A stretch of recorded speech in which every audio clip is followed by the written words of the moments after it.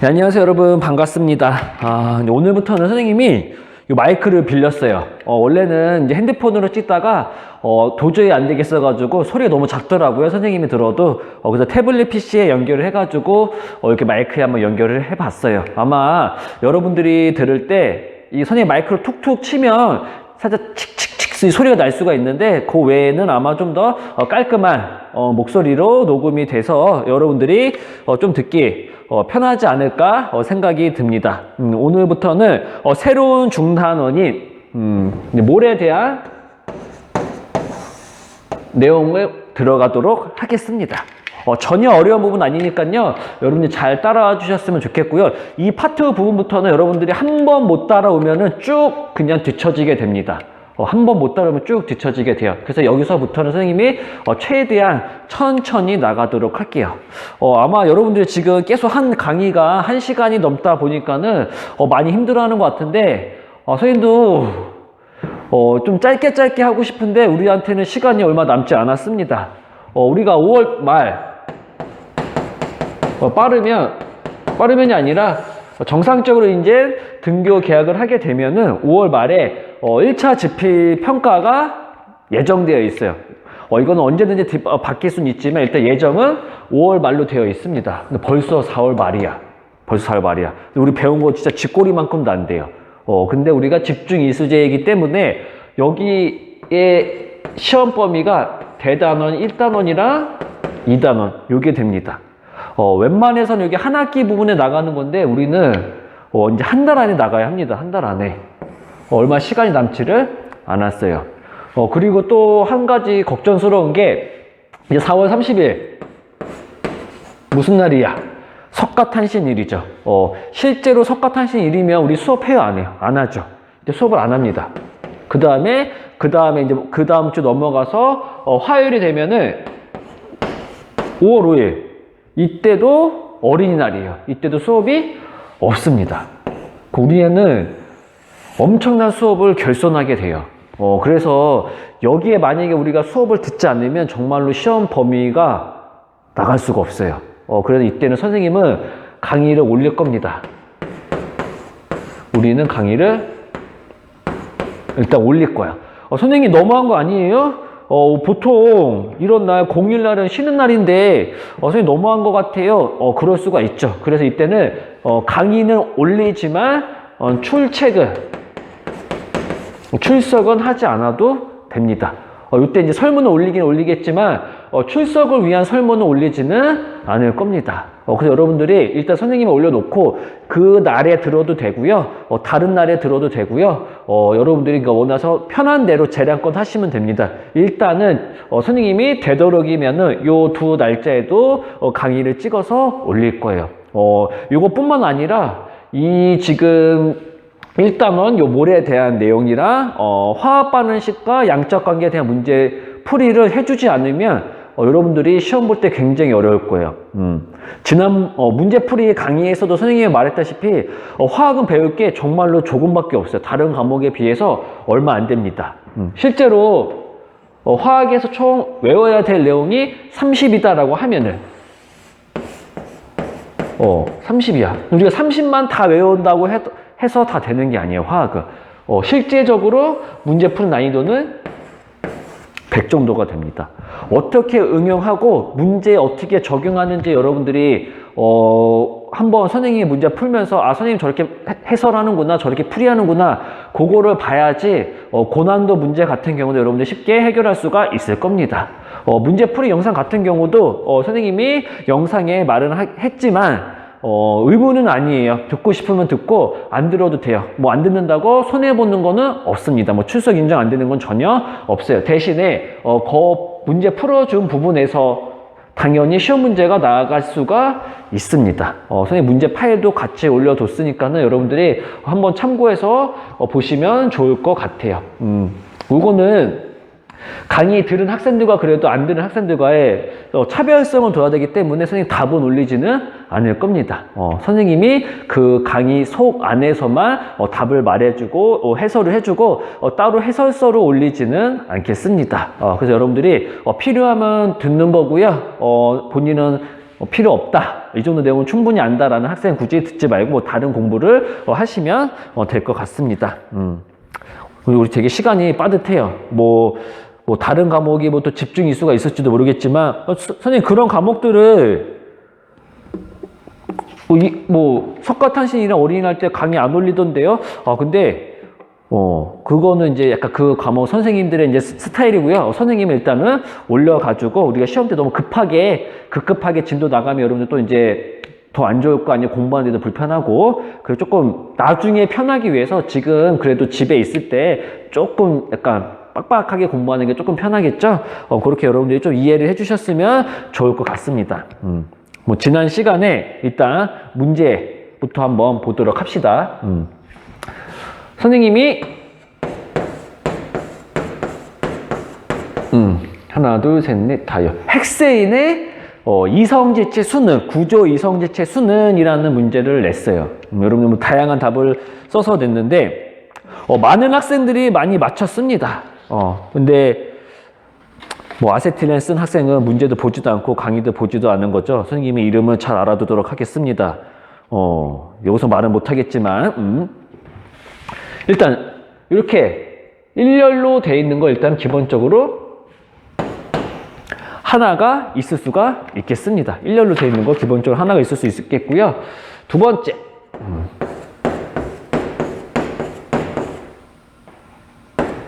이렇게 두 번째 와 있는 거 여기 이제 하나가 있을 수 있을 테고 그 다음에 세 번째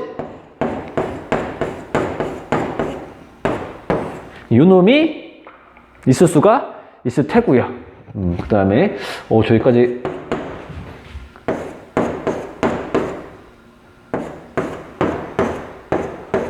요놈이 있을 수도 있을 테고요. 이제 마지막 다섯 번째 이렇게 총 몇 가지가 있냐면은 총 5가지입니다. 이거 여러분들 대부분의 학생들이 잘 찾았는데요. 이제 여기서 여러분들이 어떤 걸 헷갈리면 안 되냐면 얘네들을 끝과 끝을 잡아 당겼을 때 모양이 똑같으면은 같은 물질이다 했었어요. 그리고 또 하나 설명하자면은 얘네들을 돌리고만 회전시켰을 때도 걔 모양이 같으면은 똑같은 물질입니다. 얘네들은 어떤 거랑 똑같은 거냐면요. 요 놈이랑 똑같은 거예요. 이렇게 돌리면은 요 놈이 되죠. 여기서 위로 한번 뒤집어 볼까요? 얘네 셋 다 똑같은 물질입니다.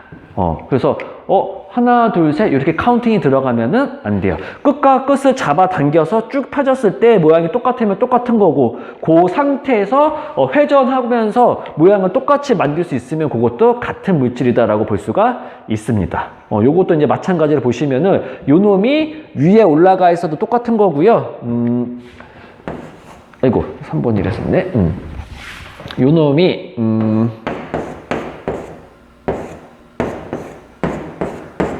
이렇게 돼 있어도 얘랑은 똑같은 거예요. 이 끝과 끝을 자꾸 잡아 당기면 쭉 펴질 거기 때문에 얘랑도 같은 물질이다라고 볼 수가 있습니다. 그리고 이제 얘랑 얘 보시면 지금 선생님은 탄소 사이에 결합만 한 거예요. 수소는 쓰지 않고. 요거랑도 똑같은 거예요. 요거 그냥 옆으로 좀 돌리면 이렇게 될 수도 있고요. 그 다음에 이거를 조금 더 바꿔보면 얘랑도 똑같은 겁니다. 얘네들이 지금 입체라고 했죠. 입체. 선생님이 그릴 때에는 얘네들 평면으로 그렸지만 모든 탄화수소는 입체 구조예요.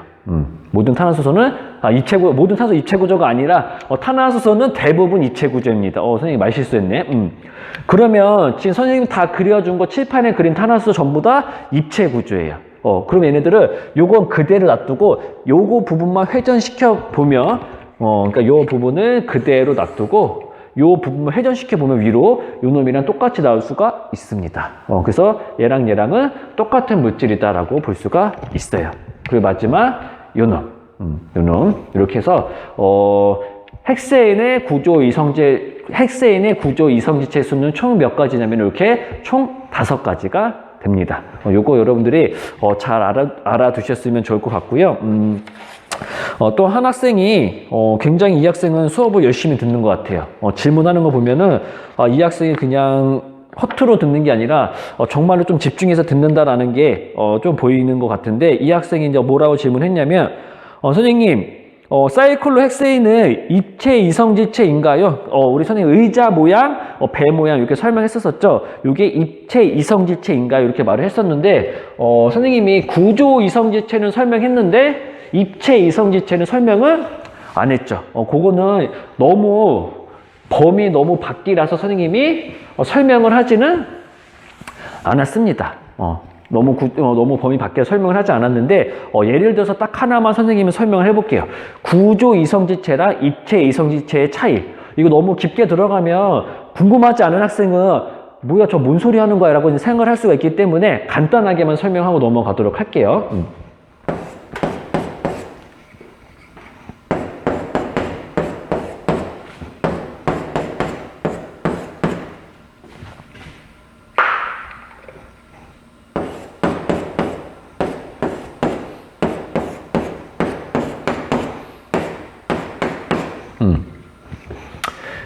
요 두 물질이 있어요, 두 물질. 얘도 지금 탄소가 몇 개냐면은 2개, 수소도 2개, CL이라는 애들도 2개가 있습니다. 얘도 탄소가 몇 개? 2개, 수소가 2개, CL도 2개가 있습니다. CL도 2개가 있어요. 그럼 얘네들 화학식도 똑같아. 근데 화학식이 똑같고 구조식이 다른 애들 우리는 구조이성질체다라고 불러요. 구조이성질체다. 구조식이 다른 애들. 근데 얘들 봐봐. 구조도 어때요? 똑같습니다. 뭐가 다르냐면요, CL의 위치가 달라요. CL의 위치만 다르고 나머지는 똑같죠. 똑같아요. 그럼 얘네들은 어떤 것까지 똑같은 거냐면은 구조까지 똑같은 거야. 화학식도 동일하고,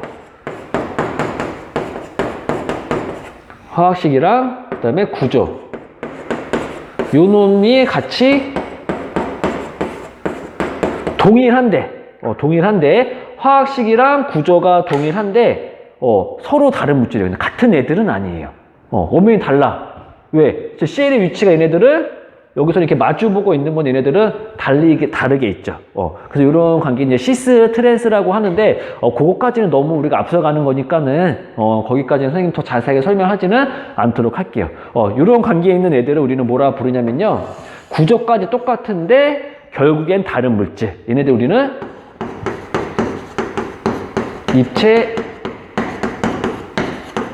이성질체라고 합니다. 이런 경우를. 구조 이성질체는 구조 자체가 다른 거고요. 입체 이성질체는 구조도 똑같은 거예요. 그 뒤에 이제 그럼 이성질체끼리는 다 다른 특성을 가지겠죠. 당연합니다. 서로 다른 물질이기 때문에 다른 특성을 나타내게 돼요. 그리고 어떤 학생은 십자가 모양이 내오면 뭐 3 곱하기 3 같이 가로 세로가 같지 않아도 서로 크로스만 되기만 하면 네오라고 부르는 건가요? 이거는 설명하기가 여러분들이 요거를 좀 이해를 하시려면 탄소화합물을 더 배워야 돼요. 그래서 지금 요거는 설명을 하지는 않겠습니다. 만약에 지금 이 질문한 학생이 선생님 전 그래도 너무 궁금해요 라고 만약에 질문을 하면은 선생님이 개인적으로 따로 요거는 설명을 하도록 할게요. 요거 설명하는 데만 한 10분 넘게 걸릴 것 같아서 그거는 선생님이 요거 질문은 미안하지만 조금 넘어가도록 하겠습니다. 만약 등교 계약하면은 선생님도 오던지 아니면은 설문지에 선생님 그래도 궁금합니다 알려주세요 라고 하면 선생님이 간단한 설명 써가지고 이제 선생님이 답장을 해주도록 할게요. 그리고 어떤 학생이 되게 열심히 듣는 것 같은데 선생님 설명 되게 못하나 봐요. 이해하기 쉽게 설명해 주셨으면 좋겠습니다 라고 하는데 미리 말했지만 이 부분은 선생님 좀 욕심내서 조금 TMI하게 좀 더 많이 나가는 경향이 있어서 어려워할 수가 있는데요. 선생님이 좀 더 상세하고 앞으로 좀 더 자세하게 설명을 한번 해보도록 할 테니까는 지금까지 배웠었던 게 잘 이해가 안 된다라고 하면은 강의 한번 다시 들어서 꼭 복습을 해줬으면 좋겠습니다. 그리고 그리고 이성질체에서 개수 셀 때 노멀 포함인 것 같아요. 노멀 포함해서 우리가 카운팅 해주는 거고요. 말이 울려서 잘 안 들렸대요. OH의 이름 뭔가요? 하이드록 시기를 합니다. 하이드록 시기. OH 하이드록 시기라고 해요. 그리고 구조 이성지체 설명할 때 사슬 구조 중에서 선생님이 알케인만 설명했었죠. 왜 알케인만 설명했을까요, 선생님이?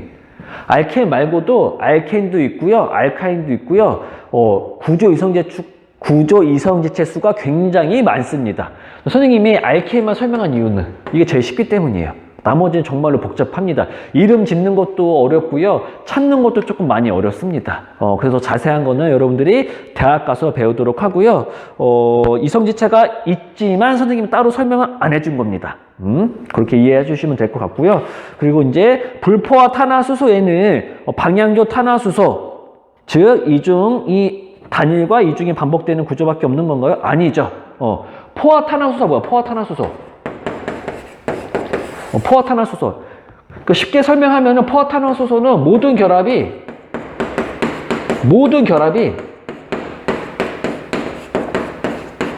단일 결합인 애들을 우리는 포화 탄화수소라고 합니다. 하나라도 이중 결합이나 하나라도 삼중 결합이 있으면은 그거는 불포화 탄화수소가 됩니다. 방향조 탄화수소만 불포화 탄화수소가 되는 게 아니라 다중결합이라고 합니다. 우리가 이중결합이나 삼중결합은. 그게 하나만 있어도 우리는 뭐라 부르냐면은 불포화 탄화수소다라고 불러요. 그러니까 쉽게 생각하면 우리 포화 탄화수소라는 개념만 알아두시면은 나머지 다 불포화다라는 거. 하나만 이제 예를 들어 설명해 볼게요.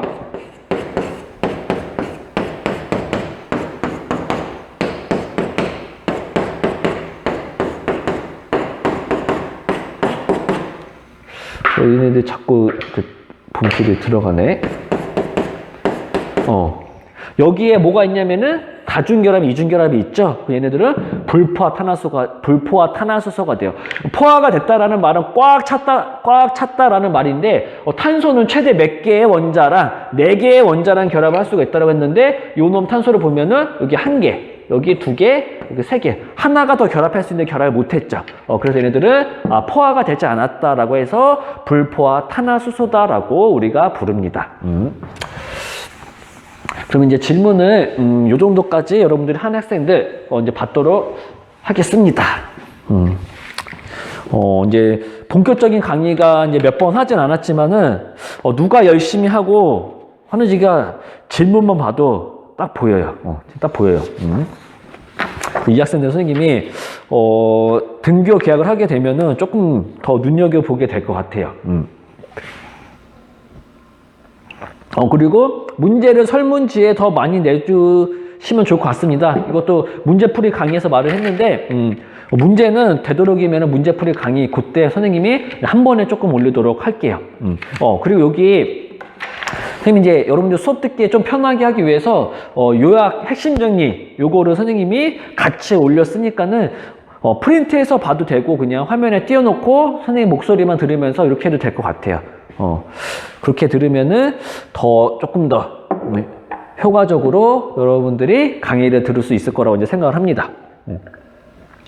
그럼 이제 본격적으로 강의를 한번 나가보도록 할게요. 근데 선생님도 일단 선생님 웬만해서는 교과서를 안 봅니다. 머릿속에 다 교과서가 있기 때문에 이건 잘난 척이 아니라 교사라면 그 정도는 머릿속에 들어가 있어야 된다고 생각을 해요. 그래서 교과서를 웬만해서는 선생님은 들고 수업에 들어가진 않아요. 근데 지금은 여러분들이 교과서를 보고 있는지 안 보고 있는지, 만약에 교과서를 보고 있으면 아마 교과서 순서대로 필기를 할 거 아니에요, 여러분들이. 그래서 인터넷 강의, 온라인 강의 하면서는 태블릿에다가 교과서를 이제 딱 파일을 띄워놓고서는 수업을 했었는데, 지금은 그럴 수가 없어요. 태블릿을 찍으니까. 그래서 혹시라도 교과서랑 좀 순서가 안 맞을 수도 좀 있을 수도 있어요. 그건 좀 양해를 좀 부탁드립니다. 그래서 교과서가 있으면 좀 보면서 할 텐데 교과서가 선생님들 아직 못 받았어요. 그렇게 여러분들이 이해를 해주셨으면 좋겠습니다. 요 파트부터는 선생님이 길게 수업을 못 할 것 같아요. 여러분들이 여기서 완벽하게 이해를 하고 넘어가야 되기 때문에 일단 오늘은 그 전 강의만큼 엄청나게 강의를 많이 갖고 가지는 않을 것 같아요. 또 해보다 선생님이 또 필 받으면 또 이제 더 많이 나갈 수는 있겠지만은 여러분들이 잘 따라와 주셨으면 합니다. 근데 이 몰에 대한 개념을 여러분들이 이해하기 위해서 이제 키포인트, 키워드가 있어요. 일단 묶음이라는 키워드. 그 다음에 큰수. 큰수라는 키워드. 그리고 상대적.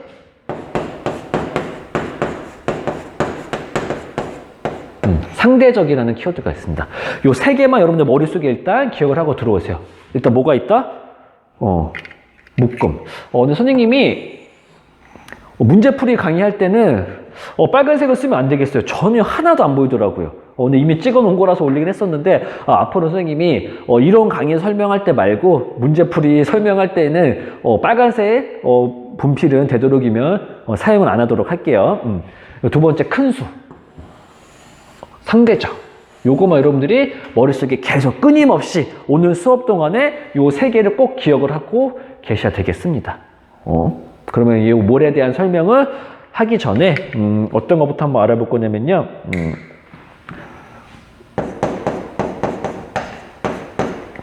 화학식량. 화학식량에 대해서 한번 알아보도록 합시다. 이 분필이 흰 색깔이 중간에 하다가 끊길 것 같네요. 없네. 그럼 뭐 다른 색으로 하면 되죠, 뭐. 요 부분은 선생님이 발로 차다가 조금 찍찍거릴 수가 있을 것 같긴 하네요. 제시쌤이 틱틱틱 소리 난다고 했는데 아마 요거 때문에 그런 것 같아요. 화학식량. 여러분들이 교과서 보지 말고, 화학식량. 요 이름만 딱 들었을 때 무슨 느낌이 많이 나나요? 무슨 느낌? 화학식량. 어떠한 양을 나타내는 값을, 어떠한 양, 얼마만큼 있는지, 그러한 양을 나타내는 것 같다라는 아마 생각이 들 겁니다. 뭐 때문에? 여기에 량이라는 말 때문에. 요 놈을, 이 량이라는 거는, 어떠한 개념이 강하다라고 볼 수가 있냐면요. 질량 개념이 강하다라고 볼 수가 있습니다. 파란색은 잘 보이나? 한 번만 보고 올게요. 잘 보이네요. 이게 태블릿이 이제 초점이 막 바뀌고 하면서 잘 안 보일 때가 있네요. 만약에 여러분들이 강의 보고서는 선생님 불편해요 라고 하면은 언제든지 말씀해 주세요. 그러면 선생님이 여기 아이폰 그 젠더 사가지고 아이폰으로 이제 찍도록 하겠습니다. 질량. 그럼 어떠한 화학식의 질량을 나타내는 거 우리는 화학식량이라고 부르겠구나. 그렇게 대략적으로 화학식량의 의미를 우리가 알 수가 있을 겁니다. 대략적으로. 그러면 량이 질량을 의미하는 거래. 그러면 우리 하나 더. 이 화학식이라는 건, 이 화학식이라는 거는 뭘까? 화학식. 화학식. 우리 화학식은 크게 첫 번째, 분자식. 두 번째,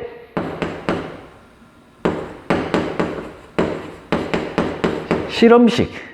세 번째, 구조식. 네 번째, 시성식. 이렇게 우리가 나타낼 수가 있습니다. 이거 되게 쉬워요. 분자식이 뭘까? 분자식. 분자들을 나타내는 식을 우리는 분자식이라고 해요. 분자식. 분자들을 나타내는 식을 우리는 분자식이다라고 부릅니다. 선생님, 분자에 대해서 중학교 때 배웠었던 것 같은데 분자가 뭔가요? 여기서 선생님이 여러분들한테 하나 기억을 해두셔야 될 거는 분자의 개념을 알고 있는 것보다는 우리가 어떤 화학식을 봤었을 때 이거 분자다 이렇게 알 수가 있어야 돼요. 분자의 개념보다는 분자의 개념 아무리 알고 있어 봐봐. 근데 분자를 못 찾아. 그럼 아무런 소용이 없죠. 분자란 뭐냐면 주기율표에 보시면은 1번부터 20번까지 원소들이 쫙 나열이 되어 있을 거예요. 거기에는 어떤 애들이 있냐면요. 금속 원소인 애들도 있고요. 비금속 원소인 애들도 있고 둘의 성질을 같이 띠는 중금속이라는 애들도 있습니다. 그럼 우리가 어떤 걸 분자라고 부르냐면, 비금속 원소끼리. 비금속 원소랑 어떤 애들이랑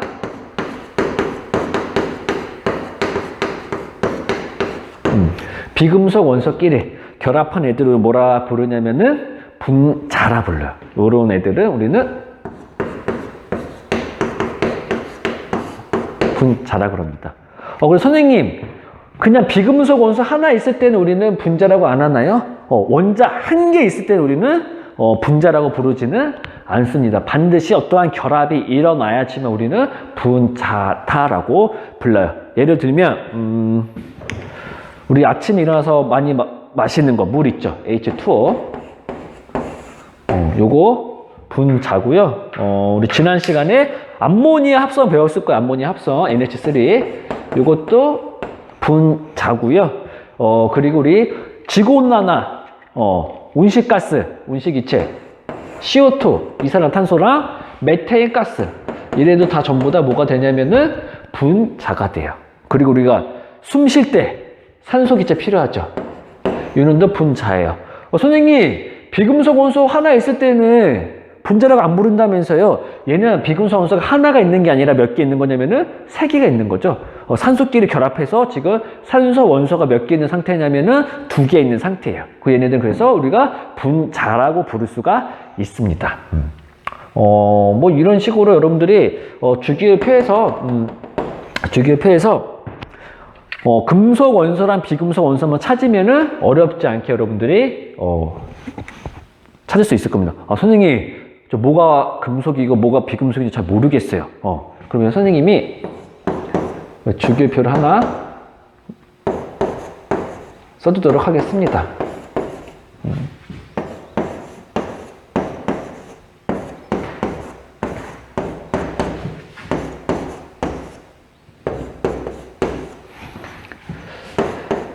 이거 주기율표 외우는 거 어려워하는 학생도 있을 겁니다. 일단 여기서 여기 안에가 그냥 이거 비금속이 아니야. 얘네들이 금속이에요. 이거 금속이고요. 쉽게 생각하면은 여기 나머지 애들 그냥 얘네들은 비금속이다. 이렇게 생각을 하고 계시면 됩니다. 그래서 분자라고 부르는 애들은 여기 있는 애들에만, 여기 있는 애들이 하나라도 들어가면 안 됩니다. 하나라도 들어가면 안 돼요. 하나라도 들어가면 안 돼요. 여기 있는 애들끼리만 결합했을 경우 우리는 분자라 불러요. 여러분들 궁금하겠죠? 선생님, 그러면 비금속 원소끼리 결합을 해야지만은 분자인 건가요? 그거는 아니에요. 우리가 그거는 뒤에서 결합 설명하면서 선생님이 좀 더 자세하게 설명하도록 할게요. 일단 여기 부분에서는 분자가 뭔지 찾아야 돼, 우리가. 뭔지 찾아야 일단. 이렇게만 찾아도 여러분들 고등학교 교육과정 안에서는 다 찾을 수가 있어요. 다 찾을 수가 있습니다. 그래서 우리는 비금속 원소끼리 결합되어 있는 애들은 우리 뭐라 부른다? 일단 분자라 부르고, 그놈들을 표현한 식을 우리는 분자식이다라고 우리가 표현을 한다. 그렇게만 여러분들이 기억을 하고 계시면 되겠습니다. 선생님, 저 이거 주기율표 어떻게 외워요? 지금도 선생님이 쉽게 외우는 방법을 알려주도록 할게요. 쉽게 외우는 방법. 쉽게 외우는 방법. 이 오빠 있는 친구들은 조금 더 쉽게 외울 수가 있을 텐데, 우리 여기서는 모음 앞자리만 여러분들 좀 잘 기억해 주시면 돼요. 근데 조금 여기서도 조금 아쉬운 게, 여기까지는 여러분들이 외워야 돼요. 수소죠. 여기 헬륨, 해, 리튬, 베릴륨, 배. 여기까지만 여러분들 외우면 돼요. 여기까지만 외우면 되는 거고요. 선생님이 이거 어떻게 좀 쉽게 외우게 할까, 뭐 노래도 불러줘볼까 생각했었는데, 선생님 노래 되게 못 불러요. 되게 못 불러요. 그래서 그건 별로 효과적이지 못할 것 같아서 고민을 되게 하고 있었는데, 어떤 친구가 선생님 저 그거 되게 쉽게 외우는 법만 알아요. 그래서 나와서 한번 설명해봐 했더니 정말로 기똥차더라고요. 여러분 잘 한번 외워보세요. 우리 이제 오빠 있는 애들, 그리고 오빠, 우리 영어로 오빠를 그냥 소리 나는 대로 써보면은 여기에서 뭐가 되는 거냐면은 오빠가 돼요.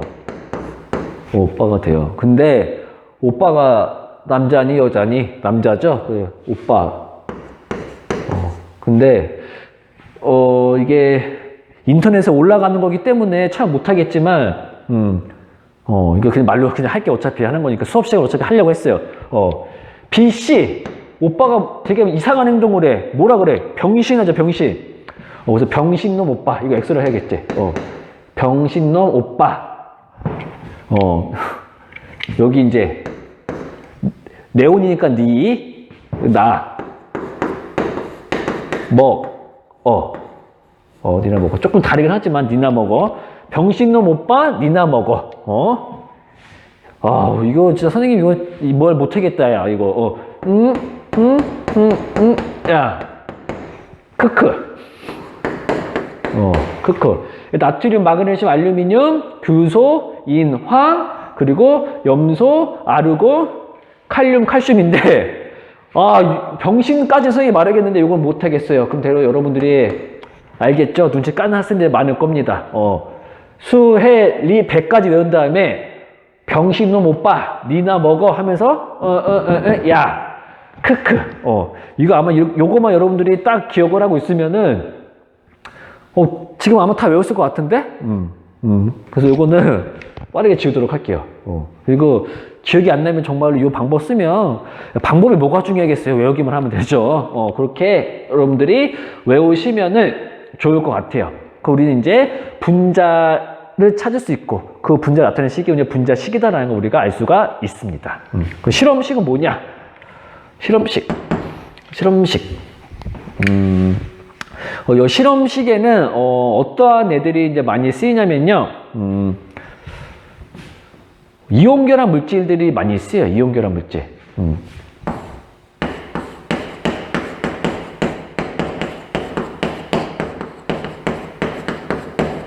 이온결합 물질들이 많이 쓰입니다. 이온결합 물질들이 많이 쓰여요. 여기서 그러면 선생님 이온결합이 뭐예요? 라고 나올 수가 있겠죠. 또 이제 이온결합이 뭔가요? 얘네들은 금속 원소랑 우리는 금속 원소랑 비금속 원소를 살 수가 있어요. 비금속 원소 이렇게 결합한 애들을 우리는 뭐라 부르냐면은 이온결합 물질이다라고 해요. 그래서 NaCl 소금은 주성 NaCl 요것도 우리가 실험식이다라고 부르는 거고요. MgCl2 이것도 우리가 실험식이다라고 부를 수가 있고, 지난번에 우리가 말했었던 산화철. 이것도 우리가 실험식이다라고 말을 할 수가 있습니다. 여기서 여러분들이 주의해야 될 점은 뭐냐면, 얘네들, 이온결합인 물질들은 절대로 분자식이다라는 표현을 안 씁니다. 선생님 되게 NaCl을 말 안 하고, 염화 나트륨의 분자식은 NaCl이다. 라고 하면은 틀린 말이죠. 다시 설명할게요. NaCl이라는 거는 염화 나트륨이에요. 염화 나트륨의 분자식은 NaCl이다. 라고 하면 틀립니다. 왜? NaCl은 분자가 아니에요. 분자라고 부르려면 비금속 원소인 애들끼리만 결합을 해야 합니다. 그러면 이제 여러분들도 질문을 하겠죠. 선생님, 그러면 실험식은 반드시 이온 결합만 해야 되나요? 그건 아니에요. 실험식의 정확한 정의는 그 물질을 구성하고 있는 원소들의 가장 작은 정수비로 나타낸 겁니다. 이게 무슨 말이냐면 이거 잠깐 지울게 이제. 이거 이제 지워도 되죠? 무슨 말이냐면 우리 탄소화합물 배우면서 탄화수소 이론도 우리가 배웠었고. 이런데 우리가 배웠었어요.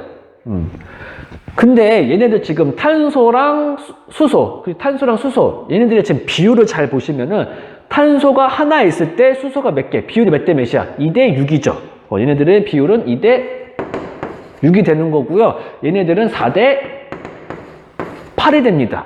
그럼 얘네들이 약분하면 1대 3, 얘네들은 1대 2. 그러면 얘네들의 분자식은 C2H6인데 장표쌤이 실험식이다라는 거는 그 물질을 구성하고 있는 원소들의 가장 작은 정수비로 나타내는 식이 실험식이다라고 했네. 그러면은 얘네들의 실험식은 뭐가 되냐면은 CH3가 되는 거고요. 이놈들의 실험식은 CH2가 됩니다. 가장 작은 정수비로. 근데 얘네들은 왜 이렇게만 쓰냐면요. 어차피 얘네들은 1대1로 결합을 합니다. 1대1. 가장 작은 정수비죠. 얘들도 1대2. 마그네슘 하나랑 Cl 2개. 1대2야. 이것도 가장 작은 정수비고, 산화철 같은 경우도 철 2개랑 산소 3개. 2대3. 더 쪼갤 수가 없죠. 가장 작은 정수비이기 때문에 이런 식으로 이온계란 물질 자체가 바로 실험식이 됩니다. 그리고 얘네들. 요놈들이 이렇게 가장 간단한 정수비로 돼서 실험식이 나타나게 돼요. 그럼 얘네들은 요거 H2O, 얘 수소 2개랑 산소 1개 더 작은 정수비로 안 되죠. 얘네들은 그러면 분자식이면서 실험식. 얘도 마찬가지로 분자식이면서 실험식. 얘도 마찬가지로 분자식이면서 실험식. 얘도 마찬가지로 분자식이면서 실험식이 됩니다. 그렇게 돼요. 선생님 O2는요, 이런 얘들을 우리는 뭐라 부르냐면요, 호돈소 물질이라고 부르는데, 하나의 원소로 되어 있는 물질을 우리는 호돈소 물질이라고 해요. 원소가 하나 있는 거. 요건 우리가 실험식 그런 표현을 잘 쓰지를 않아요. 요거는 그래서 걱정 안 하셔도 됩니다. 호돈소라는 거는 원소가 하나 있는 겁니다. 하나. 얘는 산소가 2개가 결합한 거지만은 어찌됐든지 간에 결합한 애들의 원소는 산소 한 종류죠. 그래서 얘네들 우리는 호돈소 물질이다라고 불러요. 호돈소 물질. 구조식은 선생님 따로 이거는 이제 쓰지는 않을게요. 그냥 구조를 나타내는 식이야. 구조를 나타내는 식. 우리 탄소 화합물, 탄화수소 하면서 우리가 알케인, 알카인 선생님 그러면서 막 막대기 표시하고 결합선 표시하면서 뭐 CH4다, 메테인 뭐 이렇게 썼잖아요. 이런 애들이 뭐냐면은 구조식인 거예요. 이런 애들이 구조식인 거야. 구조를 나타내는 식을 우리는 구조식이다라고 볼 수가 있고요. 요 시성식. 시성식. 유기화학에서 시성식이 굉장히 많이 쓰이죠. 얘네들은 작용기를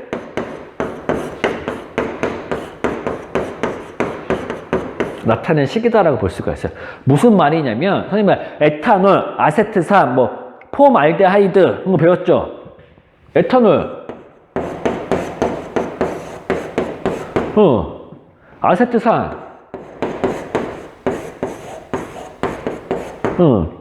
아세톤. 여기서 선생님이 이 화합식만 딱 봤을 때 어떠한 특징을 갖고 있는지 딱 알아낼 수가 있어야 된다고 했어요. 일단 잠깐 폼알데하이드까지 씁시다. 그러면 얘네들 잘 보면은 얘가 왜 에탄올이냐면 뒤에 뭐가 있기 때문에 OH. 얘가 왜 아세트산이냐면 뒤에 카르복식이 COH가 있기 때문에. 얘가 왜 아세톤이냐면은 케톤기인 CO가 있기 때문에. 얘가 왜 폼알데하이드냐면은 알데하이드기인 요 CHO가 있기 때문에. 얘네들 우리가 뭐라 부른다고 했냐면은 작용기라고 하죠. 작용기. 작용기. 그래서 이렇게 작용기를 나타내는 식을 우리는 시성식이다라고 우리가 부릅니다. 시성식이다라고 불러요. 여기서 우리가 화학식량이라는 표현을 쓰는 건요, 어디 정도까지만 우리가 화학식량이라는 말을 쓰냐면 요 정도까지만 우리가 화학식량이라는 표현을 쓰고 구조식, 시성식 요거에서는 화학식량의 표현을 쓰지 않아요. 이 말이 무슨 말이냐면 분자식이 가지는 질량을 우리는 분자량이라고 부르고 실험식에서 가지는 얘네들의 질량을 우리 뭐라 부르냐면 실험식 양이라 부르는데 구조식 양, 시성식 양 이러한 말은 우리가 쓰지는 않습니다. 선생님 도대체 무슨 말을 하는 건가요? 그거는 이제 지금부터 다시 더 자세하게 설명을 하도록 할게요.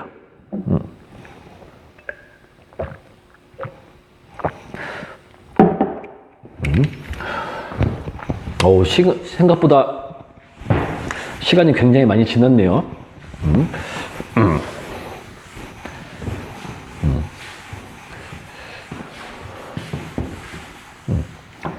봅시다.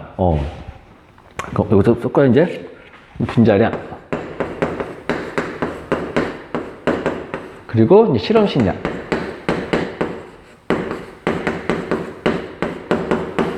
요 두 개를 합쳐서 화학식량이라고 부르는 거예요. 이 두 개를 합쳐서. 그 이제 분자량이 뭔지, 실험식량이 뭔지. 분자식의 개념을 우리가 알고 있고, 실험식의 개념도 우리가 알고 있어요. 그러면 이제 분자량은 뭐냐면, 분자를 구성하고 있는 원소들의 질량을 더한 값이고, 실험식을 구성하고 있는 원소들의 질량을 원자들의 질량을 다 더한 값이 됩니다. 그게 무슨 말이냐면, 분자량 예에 선생님 두 가지만 들어볼게요. CO2가 있었고, CH4가 있었죠.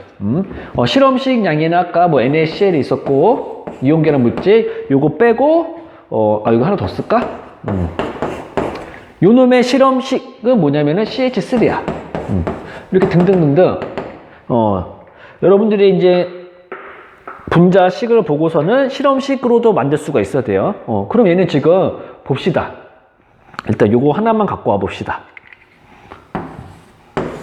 얘는 지금 어떻게 구성이 되어 있냐면요. 탄소 하나랑 산소 몇 개? 두 개로 구성되어 있어요. 얘네들의 질량을 다 더한 값이 뭐가 되는 거냐면은 분자량이 되는 거고요. 얘는 똑같이 얘는 탄소 하나랑 수소 몇 개에서 4개 있죠. 4개의 수소랑 더한 거고, 이게 다 더한 값이 요 놈의 분자량이 되는 거고요. 요 놈은 2개의 탄소가 있고 6개의 수소가 있네. 요 놈은 다 더한 값이 뭐가 되냐면은 분자량이 됩니다. 그러면 얘는 쉽죠, 이제. Na 요거랑 Cl 각각의 질량을 더한 값이 뭐가 되는 거냐면은 실험식량이 되는 겁니다. 굉장히 간단해요, 구하는 거는. 그래서 여기서 우리가 하나 알아둬야 될 거는 얘네들 각각의 질량이 얼마인지 우리가 알아둬야겠죠. 각각의 질량이 얼마인지 우리가 알아둬야 됩니다. 그러면 여기 지금 공기 중에서도 뭐가 많이 있냐면요, 질소 기체도 굉장히 많고, 산소 기체도 많고, 특히 선생님 수업을 계속 하면서 호흡을 하기 때문에 이산화탄소도 굉장히 많이 나올 겁니다. 지금 눈에 보여, 안 보여? 안 보이죠? 왜 안 보일까요? 그쵸. 굉장히 조그만하기 때문에 우리 눈에 보일 수가 없습니다. 굉장히 작기 때문에 보일 수가 없어요. 그러면 봅시다. CO2를 하나 갖고 옵시다. CO2. 눈에 보이지 않지만 굉장히 작은 애들 CO2를 하나를 갖고 왔어. 거기서는 탄소 하나 질량이 있을 거고, 산소 2개 질량이 있을 거야. 일단 눈에 보여, 안 보여? 안 보이죠? 얼마나 작겠니? 얼마나 가볍겠니? 얘네들은 굉장히 작고 가볍습니다. 굉장히 작고 가벼워요. 그래서 야, CO2의 질량이 얼마야? CO2 질량이 얼마야? CO2 한 개의 질량이 얼마야? 라고 물어봤을 때 우리는 굉장히 작은 수로 대답할 수밖에 없겠죠. 왜? 눈에 보이지도 않는데, 많이 나가봤자 얼마나 많이 나가겠어요? 그러면, 우리 너무 작은 수를 우리가 사용을 하려면은 또 굉장히 불편합니다. 불편해요.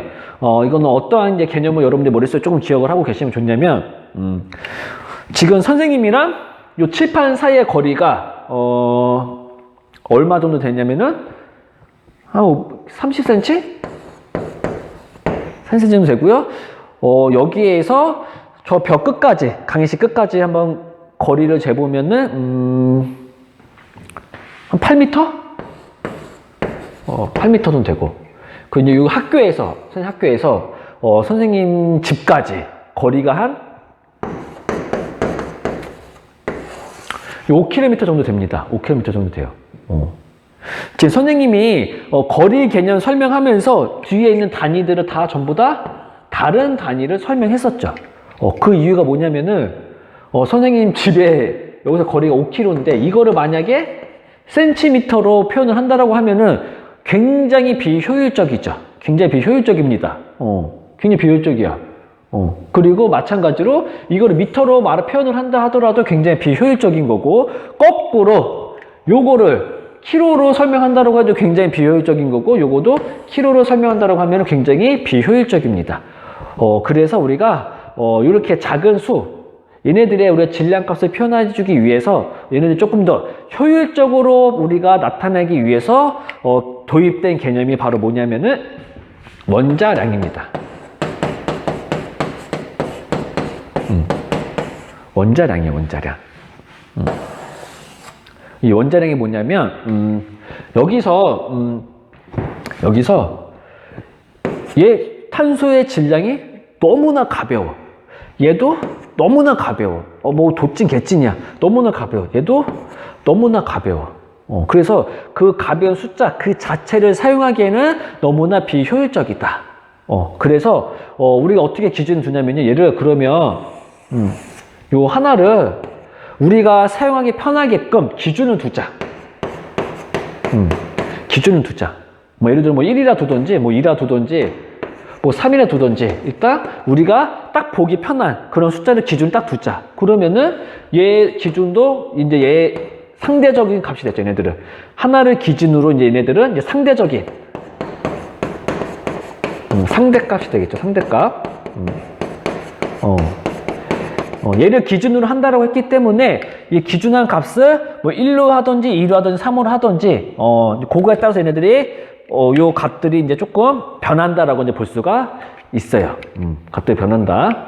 기준을 1로 할 때보다 2로 할 때 얘 값도 커질 테고, 탄소의 기준을 1로 할 때보다 3으로 할 때 얘네들의 값도 조금 더 커지겠죠. 지금까지 여러분들이 뭐가 더 큰지는 잘 몰라. 뭐가 더 큰지 모르지만은 우리가 어떠한 기준으로 하려고 하는 값이 커지면 커질수록 나머지 상대값도 커진다는 거. 그것만 여러분들 이제 기억을 하고 계시면 됩니다. 그래서 이 원자량이라는 건 뭐냐면은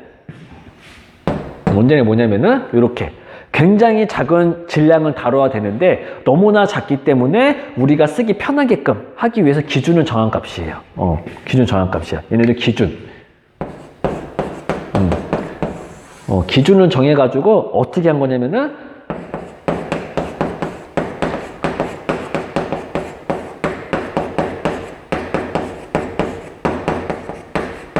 상대적으로 표현한 값입니다. 상대적으로 표현한 값이야. 그래서 상대적으로 표현한 값이기 때문에, 그리고 기준을 뒀기 때문에 이 상대적으로 표현한 거기 때문에 이 값은 실제적인 값이 아니에요.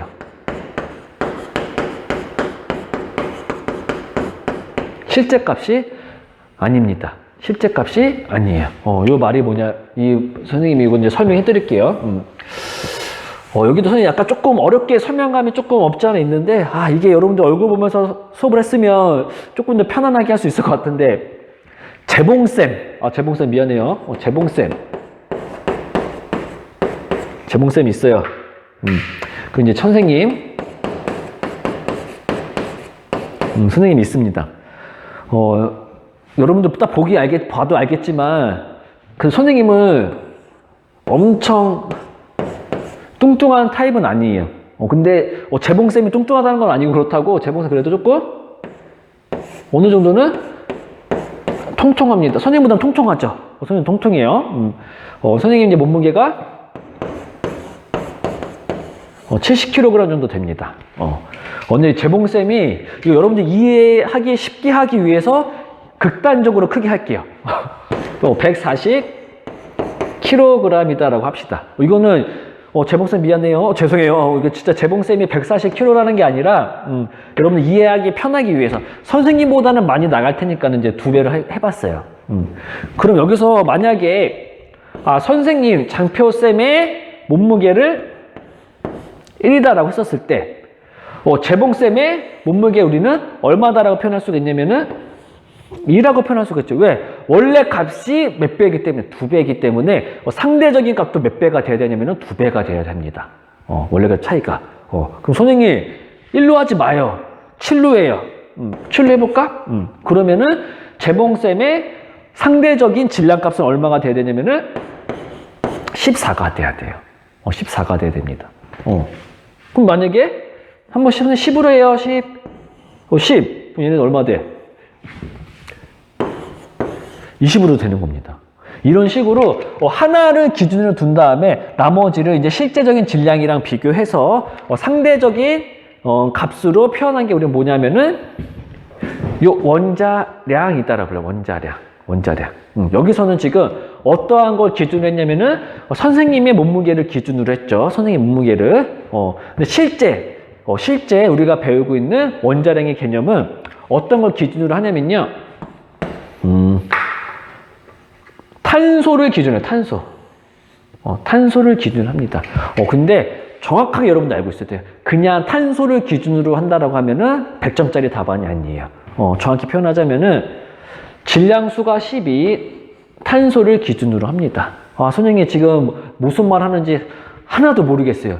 질량수라는 말은 또 뭐고 여기에 왜 12를 썼는지도 모르겠어요. 요거는 선생님이 나중에 원자 표현법 하면서 선생님이 좀 다시 더 자세하게 설명을 해주도록 하겠습니다. 이거를 지금 설명하기에는 너무 강의가 길어지기 때문에 궁금한 학생들은 아마 여러분들 배웠을 거예요. 중학교 때. 아니면은 그냥 교과서 좀 더 넘겨보면 아마 나올 텐데 질량수라는 건 뭐냐면 양성자 숫자랑 중성자 숫자를 더한 값을 말을 합니다.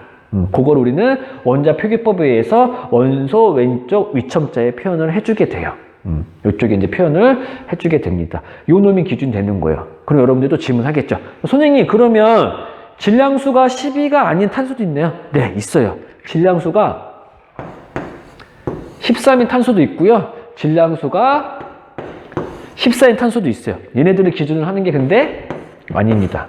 기준으로 하는 게 아니에요. 어떤 애들을 질량수가 12인 탄소를 기준으로 한다.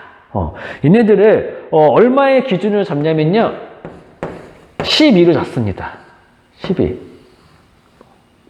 질량수가 12이기 때문에 얘네들의 기준은 12로 잡고 나머지 원소들을 실제 질량, 실제 탄소의 질량이랑 비교를 해가지고 상대적으로 나타내는 값을 우리는 이 원자량이라고 불러요. 그럼 선생님 왜 하필 탄소가 기준이에요? 처음엔 탄소가 아니라 수소로 기준으로 우리 원자량을 정의했었고요. 그 다음에 산소를 기준으로 또 원자량을 정의했었어요.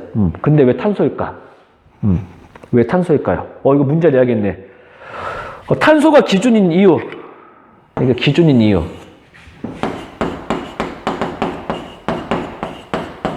탄소가 기준 이유. 요거 이제 3번 문제. 탄소가 기준 이유. 요거 기억해 두시고요.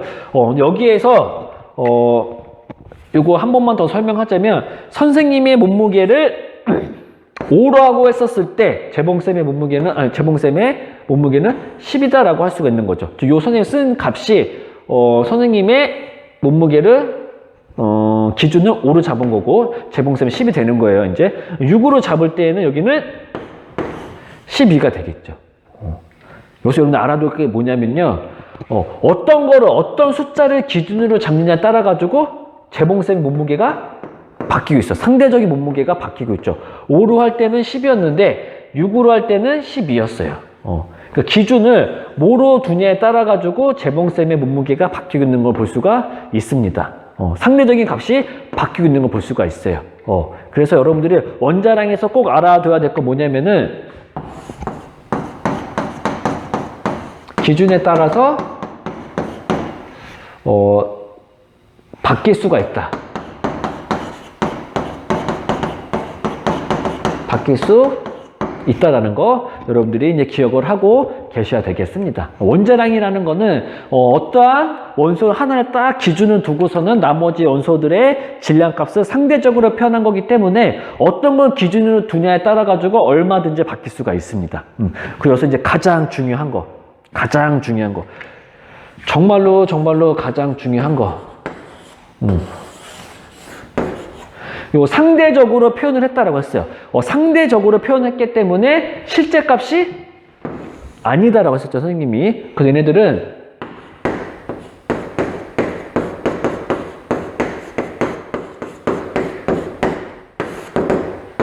이거 정말로 중요합니다. 질량 단위가 없습니다. 원자량에는 질량 단위를 절대로 붙여주지를 않아요. 질량 단위를 붙여줬다. 그 틀린 표현입니다. 절대로 질량 단위를 우리가 넣어주지를 않아요.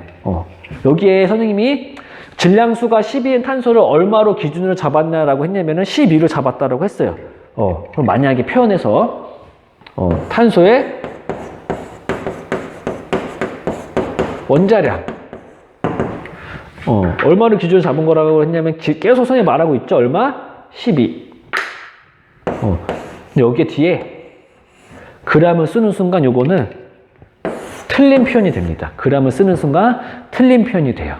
그래서 반드시 원자량에는 단위가 없어요. 원자량 단위가 없습니다. 지금 이거 단위가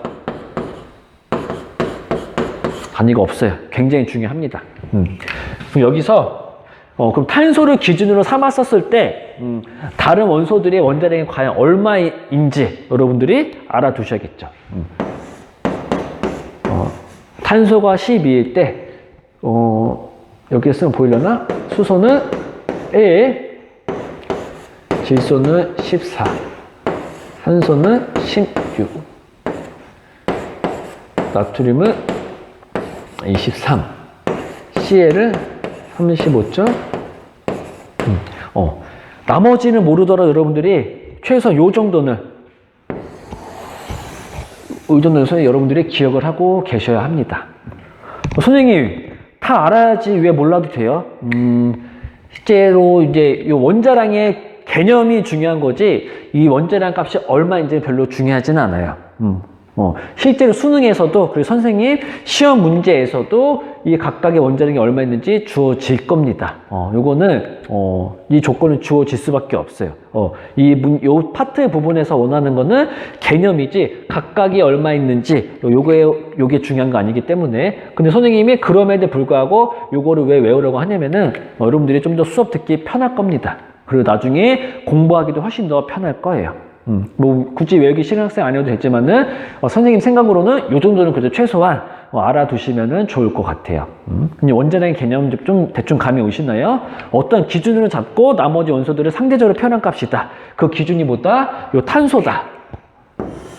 탄소다. 그냥 탄소가 아니라 질량수가 12인 탄소다. 얼마로 잡았다? 12로 잡았다.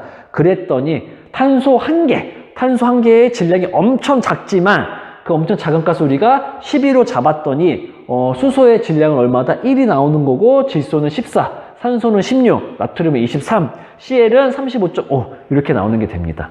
이게 이제 각각의 원자량 값인 거고요.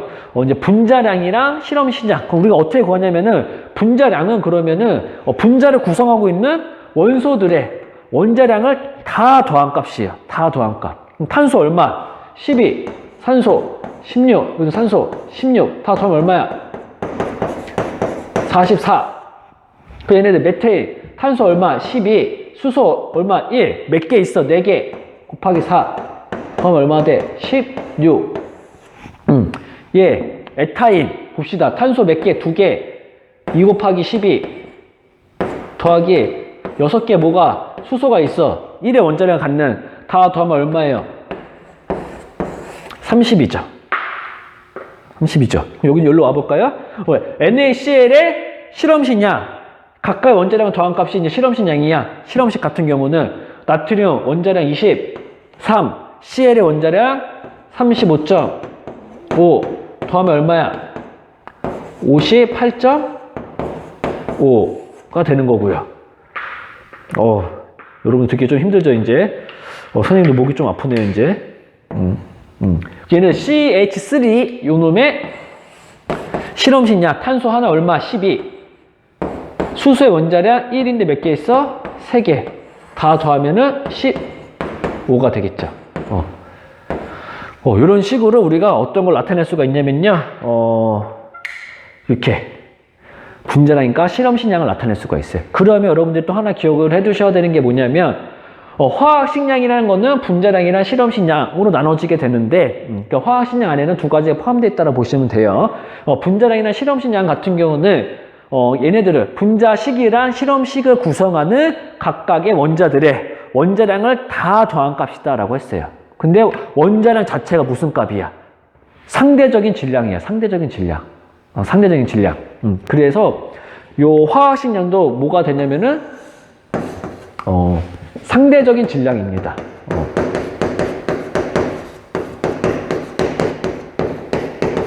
상대적인 질량. 그래서 이 화학식량에서도 질량 단위가 없어요. 얘네도 질량 단위가 없습니다.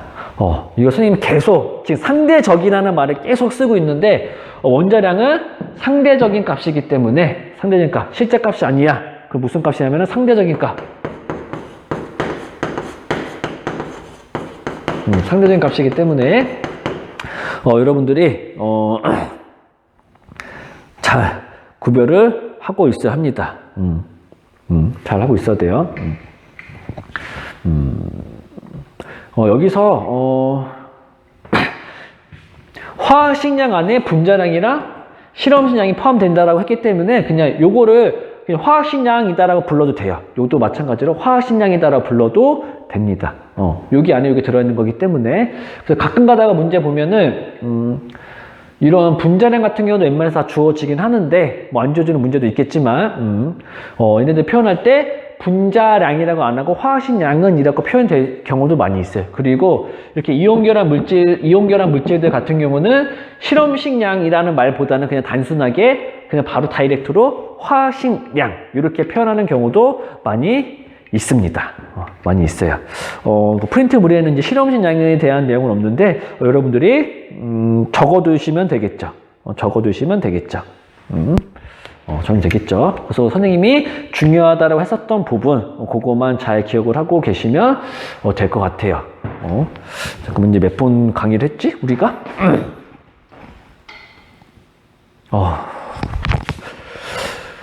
선생님은 짧게 강의한다라고 한 30분만 하려고 했었는데, 또 1시간이나 했네요. 여러분들 조금 듣기 힘들지 모르겠지만, 이제 그 밑에 이제 몰에 대한 내용은, 다음번에 해야겠네요. 다음번에. 이거 상대적이라는 거. 더 하고 싶지만, 여러분들 힘들 테니까, 여기까지는 하도록 할 거고요. 오늘 배웠었던 거, 화학식이 뭐뭐가 있는지, 그리고 우리가 분자 찾을 수 있어야 돼요. 분자식이랑 실험식 구별할 수 있어야 돼요. 그러니까 이온결합 물질이랑, 그냥 우리가 분자랑 구별할 수가 있어야 되는 거고요. 이제 화학식량을 구할 수가 있어야 합니다. 분자량이나 실험식량은 요거 이제 화학식량을 구할 수가 있어야 돼요. 그러기 위해서 우리는 각각의 아이들의 원자량을 알고 있어야 되는 거고요. 원자량의 개념 같은 경우는 여러분 선생님이 주구장창 엄청나게 설명했었죠. 잘 기억하고 있다가 잘 정리를 해두시면 되겠습니다. 오늘 수업 고생하셨습니다. 여기까지 하도록 할게요.